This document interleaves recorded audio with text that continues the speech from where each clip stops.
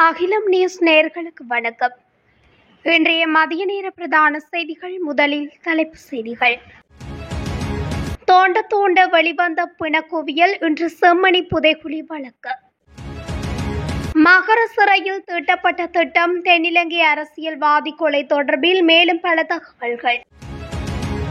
WhatsApp பயனர்களுக்கு விடுக்கப்பட்டுள்ள அவசர எச்சரிக்கை. ஊழியர் சேம லாப நிதி பெறுவோருக்கு மத்திய வங்கியின் சிறப்பு அறிவிப்பு. நடப்பாண்டில் இதுவரை 80 துப்பாக்கிச் சூட்டு சம்பவங்கள் பதிவு. நானு ஓயாவில் லொரி மின்கம்பத்துடன் மோதி விபத்து, 2 படுகாயம். தமிழர் பகுதியொன்றில் அதிகாரிகள் அடாவடித்தனம், துப்பாக்கியுடன் மக்களை விரட்டியதால் பரபரப்பு. தென்னிலங்கையில் சிறுவர்கள் 2 சிறுமிக்கு நேர்ந்த துயரம். நாட்டின் சில பகுதிகளில் பல தடவைகள் மழை. தொடர்வன விரிவான செய்திகள். அரியாலை செம்மணி சித்துப்பாத்தி புதைகுழி தொடர்பான வழக்கு இன்று வியாழக்கிழமை யாழ் நீதவான் நீதிமன்றத்தில் மீண்டும் விசாரணைக்கு எடுத்துக் கொள்ளப்பட்டுள்ளது. புதைகுழியின் மண் மாதிரிகள் தொடர்பான அறிக்கை உள்ளிட்ட பல்வேறு விடயங்கள் நீதிமன்றத்தால் கோரப்பட்டிருந்த நிலையில் இந்த வழக்கு முக்கியத்துவம் பெறுகிறது. மேலும் கடந்த 4ஆம் தேதி மேற்கொள்ளப்பட்ட ஸ்கேன் பரிசோதனை தொடர்பான அறிக்கை இன்றைய தினம் நீதிமன்றத்தில் சமர்ப்பிக்கப்படலாம் என்றும் எதிர்பார்க்கப்படுகிறது. அரியாலை மனித புதைகுழியில் 2ஆம் கட்டமாக தொடர்ந்த அகழ்வில் இதுவரை 147 எலும்புக்கூடுகள் கண்டுபிடிக்கப்பட்டன. இவற்றில் 133 எலும்புக்கூடுகள் அகழ்ந்தெடுக்கப்பட்டுள்ளன. இந்த நிலையில் 3ஆம் கட்ட அகழ்வு பணிகள் எதிர்வரும் 21ஆம் தேதி ஆரம்பிக்க திட்டமிடப்பட்டுள்ளது. இதேவேளை அரியாலை சித்துப்பாத்தி மனித புதைகுழியில் சிலர் உயிருடன் புதைக்கப்பட்டிருக்கலாம் என்று நினைக்கிறோம் என சட்டத்தரணி நிரஞ்சன் தெரிவித்துள்ளார். ஏற்கனவே இறந்த நிலையில் அவர்கள் புதைக்கப்பட்டிருந்தால் அவர்களின் உடல்கள் வளையாது சிலரின் கைகால்கள் முறுக்கப்பட்டிருந்தன என சட்டத்தரணி குறிப்பிட்டுள்ளார். அண்மையில் படுகொலை செய்யப்பட்ட கோமாகம பிரதேச சபையின் முன்னாள் உறுப்பினர் சாந்த முதுங்கொடுவை கொலை செய்வதற்கான திட்டம் தற்போது மகர சிறையில் அடைக்கப்பட்டுள்ள பாதாள உலக தலைவர் லலித் கண்ணங்கரவின் 2 கூட்டாளிகளால் தீட்டப்பட்டது என்பது போலீசாரால் நடத்தப்பட்ட விசாரணையில் தெரிய வந்துள்ளது. போலீசாரால் கண்டுபிடிக்கப்பட்ட தகவல்களின்படி துபாயில் தலைமறைவாக உள்ள பாதாள உலக தலைவர் லலித் கண்ணங்கரவின் 2 கூட்டாளிகள் என கூறப்படும் ஆர்மி, சம்பத் மற்றும் புலனறுவை சுத்த ஆகிய 2 குற்றவாளிகள் மகர சிறைச்சாலையில் இருந்து இந்த கொலை திட்டத்தை திட்டமிட்டுள்ளனர். கொலைக்கு பயன்படுத்தப்பட்ட கிளாக் 19 ரக துப்பாக்கி, ஆஸ்திரியாவில் தயாரிக்கப்பட்ட அதிநவீன தானியங்கி ஆயுதம் என்பனவை காவல்துறையினால் அடையாளம் காணப்பட்டுள்ளது. பிரதேச சபையின் முன்னாள் உறுப்பினரை சுட்டுக் கொன்ற கொலையாளியும் காரை ஓட்டிச் சென்ற நபரும் லலித் கண்ணங்கரவிடமிருந்து இந்த தாக்குதலுக்கான உத்தரவு கிடைக்கும் வரை மகரகமவின் பமுனுவ பகுதியில் ஒரு தங்கும் விடுதியில் 4 நாட்கள் தங்கியிருந்ததாக விசாரணையில் தெரிய வந்துள்ளது. இந்த தாக்குதலுக்காக வாடகை கொலையாளியை வெள்ளை காரில் அழைத்து சென்ற ஓட்டுநர் காவல்துறையினரால் கைது செய்யப்பட்ட பிறகு தாக்குதலுக்கு முன்பணமாக 20,000 ரூபாய் பெற்றதாக கூறியுள்ளார். தாக்குதலுக்கு பிறகு லலித் கண்ணங்கர அவருக்கு 1 லட்சம் ரூபாய் தருவதாக உறுதியளித்ததாகவும் சந்தேக நபரிடம் நடத்தப்பட்ட விசாரணையில் தெரிய வந்துள்ளது. கொலை செய்யப்பட்ட பிரதேச சபையின் முன்னாள் உறுப்பினர் லலித் கண்ணங்கரவின் பெயரை பயன்படுத்தி தொழிலதிபர்கள் மற்றும் செல்வந்தர்களிடமிருந்து பணம் பெற்றதாகவும் இதுவே இந்த சம்பவத்துக்கு வழிவகுத்ததாகவும் போலீசார் தெரிவிக்கின்றனர். கொலை செய்யப்பட்ட உறுப்பினரும் மற்றொரு நபரும் லலித் கண்ணங்கரவிடம் கப்பம் கோரி செல்வந்தர்களை சந்தித்து கப்பம் தொடர்பான பிரச்சனையை வடிவமைப்பதாக கூறி அவர்களிடமிருந்து பணத்தை பெற நடவடிக்கை எடுத்துள்ளதாகவும் காவல்துறைக்கு தகவல் கிடைத்துள்ளது. இந்த சம்பவத்துக்கு பிறகு முன்னாள் பிரதேச சபை உறுப்பினருடன் லலித் கண்ணங்கரவுக்கு ஆழ்ந்த பகமை ஏற்பட்டுள்ளது. மேலும் இந்த சம்பவமே கொலைக்கான மூல காரணம் என்று காவல்துறையினர் குறிப்பிட்டுள்ளனர்.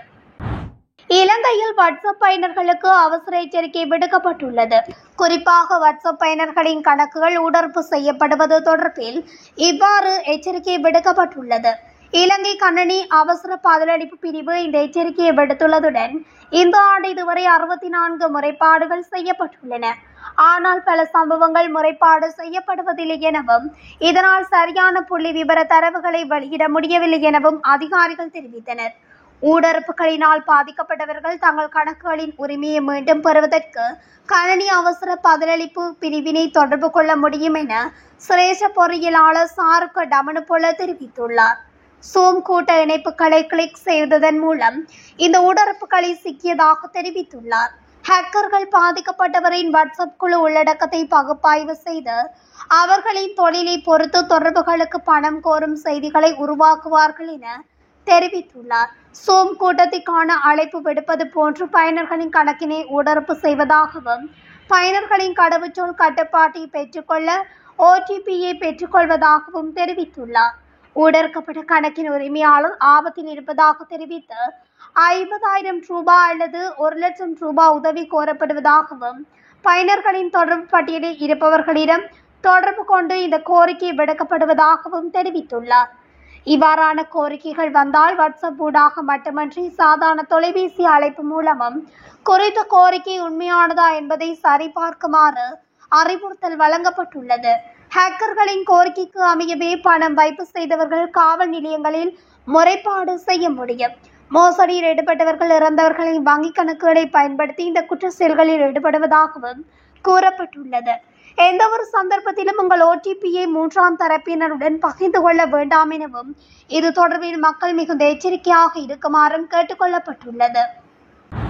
2024 ஆண்டின் 2ஆம் பாதிக்கான ஊழியர் சேமலாப நிதி பெறும் உறுப்பினர்களின் கணக்குகளின் அறிக்கைகள் உரிய நிறுவனங்களுக்கு அனுப்பப்பட்டுள்ளதாக இலங்கை மத்திய வங்கி அறிவித்துள்ளது. அதன்படி உறுப்பினர்கள் தங்கள் புதுப்பிக்கப்பட்ட கணக்கு அறிக்கைகளை தங்கள் நிறுவனங்களின் நிர்வாக அதிகாரிகளிடமிருந்து பெற்றுக்கொள்ளுமாறு மத்திய வங்கி கோரியுள்ளது. அதேவேளை கணக்கு அறிக்கைகளில் வரவு வைக்கப்பட்டுள்ள உறுப்பினர்களின் பெயர்கள், தேசிய அடையாள அட்டை எண்கள் அல்லது பங்களிப்புகள் குறித்து ஏதேனும் முறைப்பாடுகள் இருந்தால் அவற்றை 0112206690 என்ற தொலைபேசி எண்ணுக்கு அழைத்து தெரிவிக்கலாம் என்றும் மத்திய வங்கி குறிப்பிட்டுள்ளது. நாட்டில் இந்த வருடத்தில் இதுவரை பதிவான துப்பாக்கிச் சூட்டு சம்பவங்களின் எண்ணிக்கை 80ஆக உயர்ந்துள்ளதாக போலீசார் தெரிவித்தனர். இந்த ஆண்டில் இதுவரை இடம்பெற்ற துப்பாக்கிச் சூட்டு சம்பவங்களில் 44 பேர் உயிரிழந்துள்ளனர். மேலும் 47 பேர் காயமடைந்துள்ளதாகவும் தெரிவிக்கப்பட்டுள்ளது. நுவரெலியா ஹட்டன் A7 பிரதான வீதியில் நானோயா போலீஸ் பிரிவுக்குட்பட்ட பங்களாகத்த பகுதியில் இன்று காலை இடம்பெற்ற வாகன விபத்தில் 2 காயமடைந்த நிலையில் வைத்தியசாலையில் அனுமதிக்கப்பட்டுள்ளனர். கொழும்பிலிருந்து நுவரெலியா நோக்கி சென்ற சிறியலக ரோரியே நானோயா பங்களாகத்த பகுதியில் வேக கட்டுப்பாட்டை இழந்தமையால் வீதியோரத்தில் இருந்த மின்கம்பத்துடன் மோதியதில் இந்த விபத்து இடம்பெற்றுள்ளது. விபத்தில் காயமுற்ற சாரதியும் மற்றொருவரும் நுவரெலியா மாவட்ட பொது வைத்தியசாலையில் அனுமதிக்கப்பட்டுள்ளனர். விபத்தின் காரணமாக லொரிக்கு கடுமையான சேதம் ஏற்பட்டுள்ளது. இந்த விபத்து தொடர்பில் போலீசார் மேலதிக விசாரணைகளை நானோயா போலீசார் முன்னெடுத்து வருகின்றனர். நுவரெலியா மாவட்டத்தில் நிலவி வரும் சீரற்ற காலநிலையின் காரணமாக நுவரெலியா பகுதியில் கடும் பனிமூட்டம் காணப்படுவதனால் வாகன சாரதிகள் கவனமாக பயணிக்குமாறும் கேட்டுக் கொள்ளப்பட்டுள்ளது. வவுனியா ஓமந்தை பகுதியில் மக்களின் சொந்த காணிகளை எல்லையிட வந்த வனவள அதிகாரியொருவர் துப்பாக்கி காட்டி மிரட்டிய சம்பவம் பரபரப்பை ஏற்படுத்தியுள்ளது. வவுனியா ஓமந்தை கொத்தக்காரன் குள பகுதியில் காணியொன்றில் அபிவிருத்தி பணிகளை செய்து கொண்டிருந்தவர்களை வனவள திணைக்கள அதிகாரிகள் கைது செய்தமையால் குழப்ப நிலை ஏற்பட்டுள்ளது. குறித்த பகுதியில் உள்ள காணியொன்றில் அந்த காணியை பராமரிப்பவர்களால் இன்று அபிவிருத்தி பணி மேற்கொள்ளப்பட்டுள்ளது. இதன்போது அந்த பகுதிக்கு சென்ற வனவள திணைக்கள அதிகாரிகள் இது வனவள திணைக்களத்துக்கு சொந்தமான காணி என தெரிவித்து அந்த பணிகளை தடுத்து நிறுத்தியதுடன் அதில் ஈடுபட்ட ஒருவரை தமது வாகனத்தில் ஏற்றிச் சென்றனர். இதன்போது குறித்த காணியின் உரிமையாளர் என தெரிவிக்கப்படும் நபர் இந்நடவடிக்கைக்கு எதிர்ப்பு வெளியிட்டுள்ளார். அத்துடன் கைது செய்யப்பட்டவரை விடுவிக்குமாறும் கூறியிருந்தார். இதனால் அந்த பகுதியில் குழப்ப நிலை ஏற்பட்டது. இதன்போது வனவள திணைக்கள அதிகாரி தனது கைத்துப்பாக்கி காட்டி மிரட்டியதாக பொதுமக்களால் தெரிவிக்கப்படுகின்றது. இதேவேளை குறித்த சம்பவத்தில் தமது கடமைக்கு இடையூறு விளைவித்ததுடன் குற்றவாளியை தப்பிக்க ஒத்துழைப்பு வழங்கியதாக தெரிவித்து வனவள திணைக்கள அதிகாரிகளால் ஓமந்தை போலீஸ் நிலையத்தில் முறைப்பாடு பதிவு செய்யப்பட்டுள்ளமை குறிப்பிடத்தக்கது. களுத்துறை பரக்காகுட பகுதியில் 8 வயது சிறுமியை இயற்கைக்கு மாறான முறையில் மிக கொடூரமான முறையில் பாலியல் ரீதியான நடத்தைக்குட்படுத்திய 15 வயது மாணவர்கள் இருவரை போலீசார் கைது செய்துள்ளனர். தாய் ஒருவர் வழங்கிய முறைப்பாட்டின் அடிப்படையில் இருவரும் கைது செய்யப்பட்டுள்ளனர்.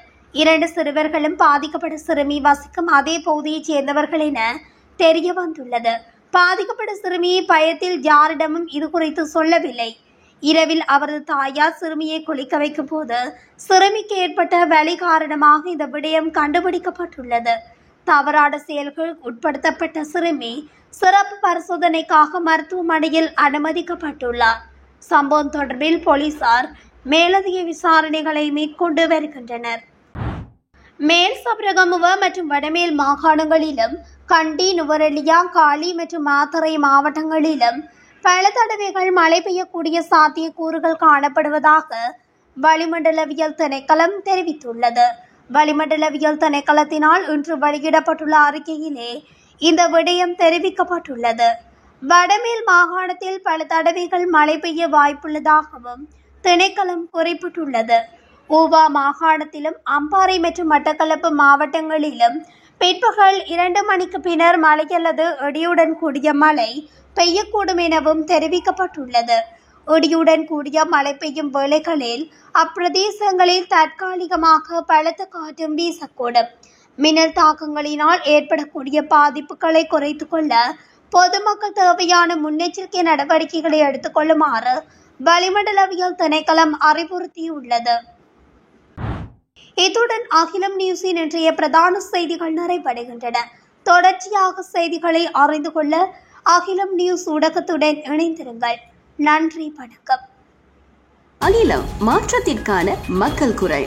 இந்த வீடியோ பிடிச்சிருந்தா லைக் பண்ணுங்க, கமெண்ட் பண்ணுங்க, ஷேர் பண்ணுங்க. மறக்காம கீழே இருக்க பெல் ஐகானை கிளிக் பண்ணுங்க.